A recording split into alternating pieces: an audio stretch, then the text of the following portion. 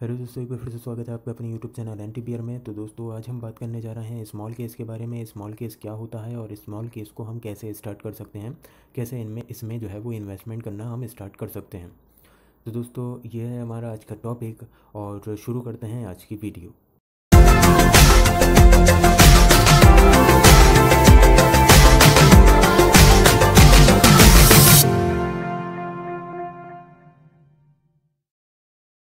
तो दोस्तों सबसे पहले बात हम कर लेते हैं स्मॉल केस के बारे में। स्मॉल केस क्या है दोस्तों? स्मॉल केस जो है वो ऐसा मान लीजिए एक टाइप का हमारा पोर्टफोलियो होता है जिसमें हम देख सकते हैं कि हमारा जो पैसा है, हमारे जो इन्वेस्टमेंट जो मनी है वो किन किन कंपनीज़ में लग रही है, क्योंकि ये जो होता है पूरा ट्रांसपेरेंसी के साथ काम करता है।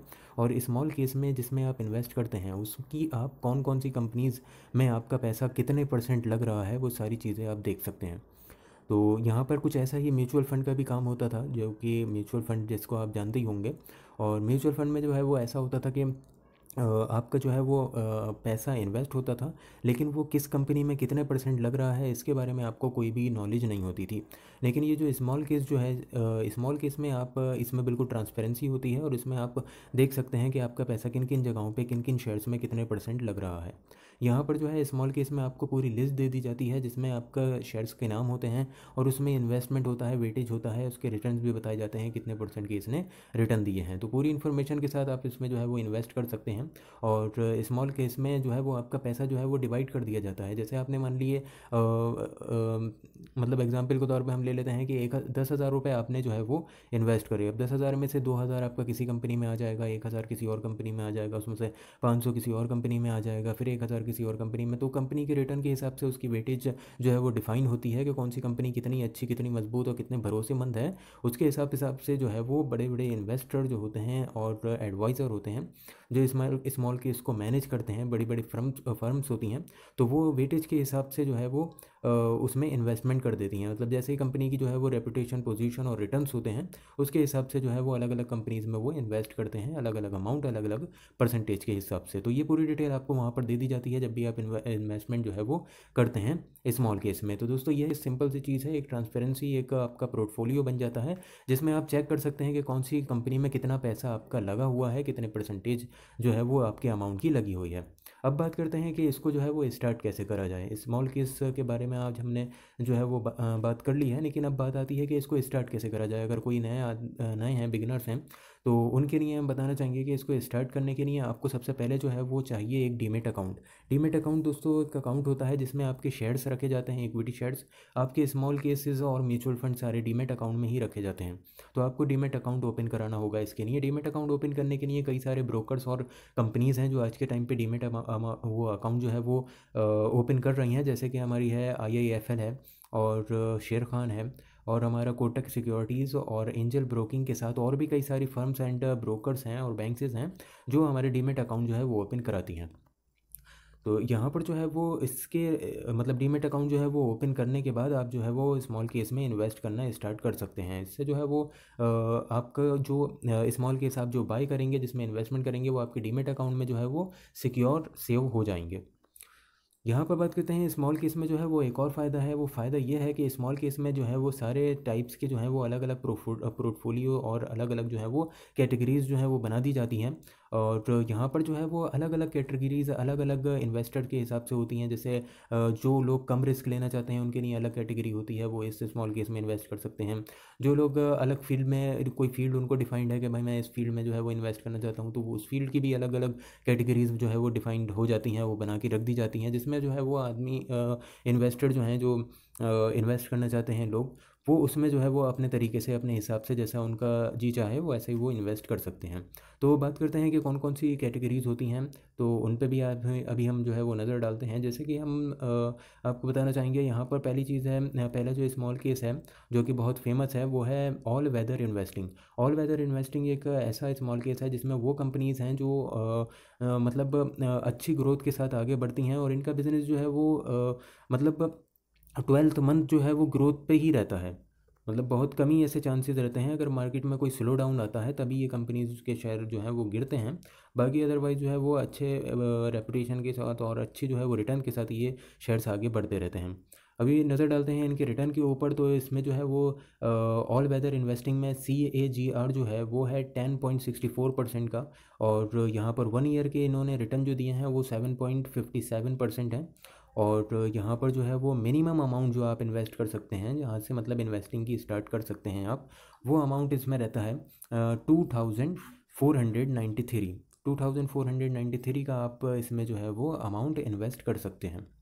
दूसरा जो है वो स्मॉल केस आता है हमारा ऑटो ट्रैकर। ऑटो ट्रैकर में सारी ऑटो इंडस्ट्रीज़ रहती हैं। ऑटो सेक्टर में जितनी इंडस्ट्रीज़ हैं, जैसे कि आपके एग्जांपल के तौर पे हम समझ लेते हैं टाटा मोटर्स है, महिंद्रा एंड महिंद्रा है, सुजुकी है, ये सारी चीज़ें जो हैं वो कंपनीज़ जो हैं, शेयर्स हैं, वो इसमें रहते हैं ऑटो ट्रैकर्स में।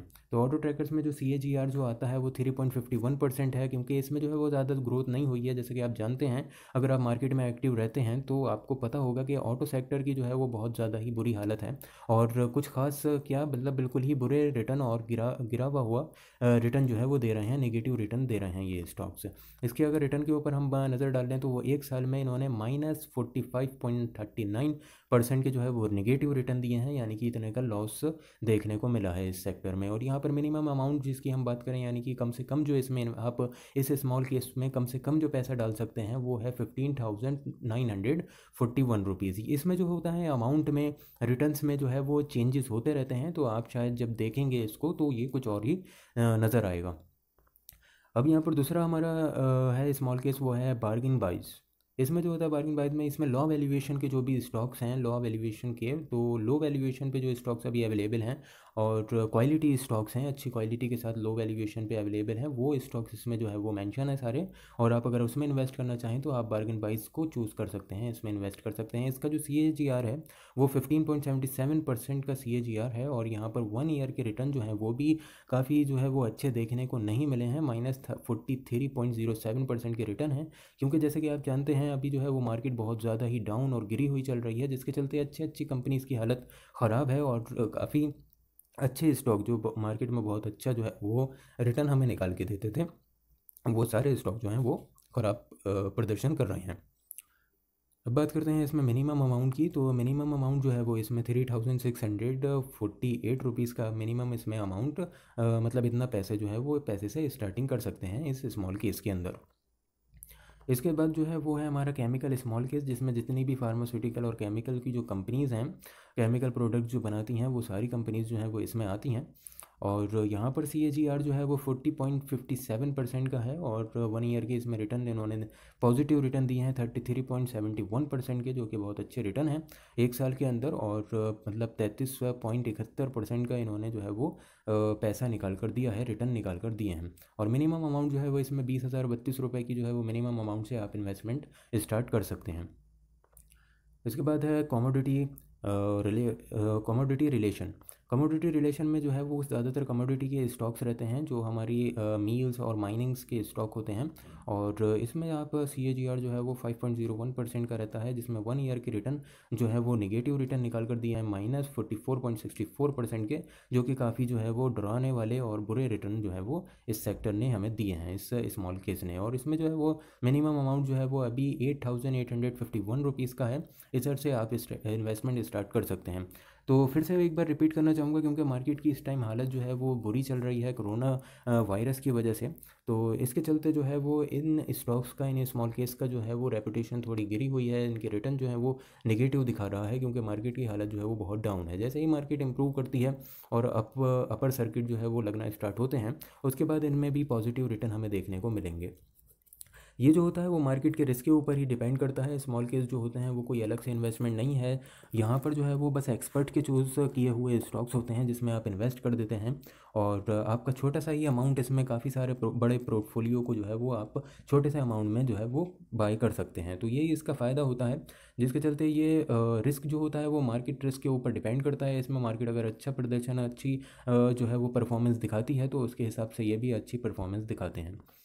इसमें जो है वो इसके बाद हमारा आता है consistent compounders, sorry, consistent compounder जो है वो हमारा स्मॉल केस है, जिसमें आप लॉन्ग टर्म के नहीं है रिस्क एडजस्टेंट, यानी कि मतलब फास्ट ग्रोइंग कंपनीज़ होती हैं, हाई क्वालिटीज़ कंपनीज़ होती हैं जो कि लॉन्ग टर्म के नहीं है, इसमें जो है वो आप इन्वेस्ट करना चाहें तो ये आप स्मॉल केस चूज़ कर सकते हैं, जिसका नाम है कंसिस्टेंट कंपाउंडर।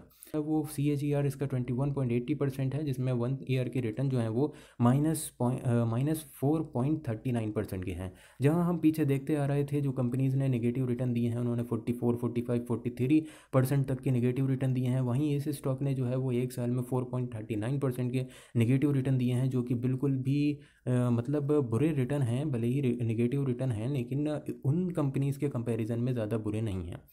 तो इसमें जो है वो क्योंकि अच्छी हाई क्वालिटीज़ के स्टॉक्स रहते हैं, growing companies, fast growing companies इसमें रहती हैं, तो इसमें जो है वो रिस्क थोड़ा कम रहता है, और ये है भी लो रिस्क के नहीं है और लॉन्ग टर्म के नहीं है। तो आप लंबी अवधि के लिए अगर निवेश करना चाहते हैं, लॉन्ग टर्म के लिए इन्वेस्टमेंट करना चाहते हैं, जैसे कि 5 साल, 6 साल, 10 साल की, तो आप ये स्मॉल केस जो है वो चूज़ कर सकते हैं। इसमें जो होता है वो मिनिमम अमाउंट जो है वो 37,879 रुपीज़ रहता है, इससे आप इसमें इन्वेस्टिंग स्टार्ट कर सकते हैं।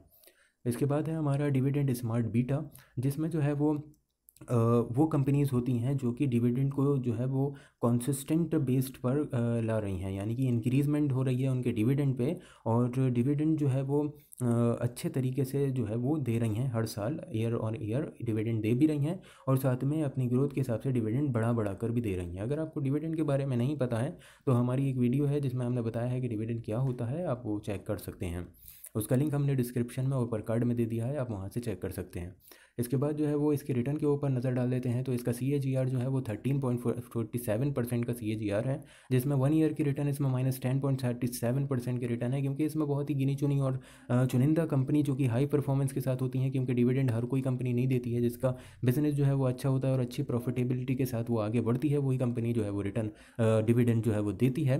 तो इसमें वही कुछ कंपनीज़ हैं जिसमें जो है वो एक साल में -10.87% की निगेटिव रिटर्न जिन्होंने इन कंपनीज़ ने निकाल कर दिए हैं। तो वही बात है जो मैंने अभी पहले आपको बताई थी कि मार्केट की जिस हिसाब से कंडीशन है उस हिसाब से तो फिर भी ये ज़्यादा नहीं गिरी हैं, कम गिरी हैं, क्योंकि जो छोटे कंपनीज, छोटे स्टॉक्स हैं, वो तो बहुत ज़्यादा ही 40-50% तक के वो लोअर सर्किट लगा चुके हैं, नेगेटिव रिटर्न हमें दिखा चुके हैं। इसमें जो है वो मिनिमम अमाउंट जो है वो 40,049 रुपीज़ का मिनिमम अमाउंट है। इधर से आप इन्वेस्टमेंट इस स्मॉल केस में डिविडेंड स्मार्ट बीटा में स्टार्ट कर सकते हैं। इसके बाद आता है हमारा इलेक्ट्रिक मोबिलिटी, जिसमें जो है वो इलेक्ट्रिक व्हीकल्स के बारे में तो आप जानते ही होंगे। तो इलेक्ट्रिक व्हीकल्स जो कंपनीज़ बना रही हैं या बनाना स्टार्ट कर रही हैं, उन कंपनीज़ के इसमें स्टॉक्स जो हैं वो अवेलेबल हैं, और उन्हीं कंपनीज़ का ये पूरा पोर्टफोलियो है। अगर आप इलेक्ट्रिक व्हीकल की कंपनीज़ में इन्वेस्ट करना चाहें तो आप इस स्मॉल केस को चूज़ कर सकते हैं। यहाँ पर अगर रिटर्न पे नज़र डालें तो CAGR जो है वो 12.48% का इसमें CAGR है, और यहाँ पर ईयर के रिटर्न जो है वो -47.07% के हैं। वो इसलिए हैं क्योंकि एक तो पहले से ही ऑटो सेक्टर की काफ़ी हालत ख़राब है, ऊपर से इलेक्ट्रिक व्हीकल्स पे अभी पूरी तरह जो है वो इंडिया डिपेंड नहीं हुआ है, और इसकी डिमांड जो है फिर भी इतनी नहीं है। और मतलब जो और ऑटो इंडस्ट्री की जो कंपनीज़ हैं जो कि पेट्रोल या डीजल में कार्स बना रही हैं, व्हीकल्स बना रही हैं, अपने तैयार कर रही हैं, तो उनके पास जो है वो अभी भी डिमांड जो है वो ज़्यादा है, बरकरार है इलेक्ट्रिक व्हीकल की सेक्टर के कंपैरिजन में। तो यहाँ पर जो कंपनीज़ अभी इलेक्ट्रिक व्हीकल्स की स्टार्टिंग कर रही हैं, उनको अभी काफ़ी प्लानिंग जो है वो कर रही हैं, और प्लानिंग की ज़रूरत भी है। तो अभी जो है वो काफ़ी लंबा आगे प्रोजेक्ट है, जिसके हिसाब से आगे जो है अगर आप लॉन्ग टर्म के लिए इन्वेस्टमेंट करना चाहें तो इस सेक्टर को, इस स्मॉल केस को आप जो है वो चूज़ कर सकते हैं, अगर आप 5 से 10 साल के लिए इन्वेस्टमेंट करना चाहें, क्योंकि अभी जो है वो एकदम ये अच्छे रिटर्न नहीं दिखाएगा हमें, इसमें थोड़ा टाइम लग सकता है। बाकी इसमें मिनिमम अमाउंट जो रहता है वो 7,251 रुपीज़ का है। इसके अंदर अंदर आप जो है वो, अगर इतना अमाउंट आपके पास अवेलेबल है और इसमें इन्वेस्ट करना चाहते हैं, तो इस स्मॉल केस को आप चूज़ कर सकते हैं। तो दोस्तों आज की वीडियो में इतना ही। वीडियो कैसी लगी हमें ज़रूर कमेंट करके बताएं। अच्छी लगी हो तो लाइक करें, दोस्तों में अपने शेयर करें, और साथ ही बेल का आइकन ज़रूर प्रेस कर दें, और सब्सक्राइब का बटन ज़रूर प्रेस कर दें, ऐसे ही इन्फॉर्मेटिव और नई अपडेट न्यूज़ और वीडियोज़ देखने के लिए। बाकी दोस्तों मिलते हैं अगले वीडियो में, जब तक के लिए धन्यवाद।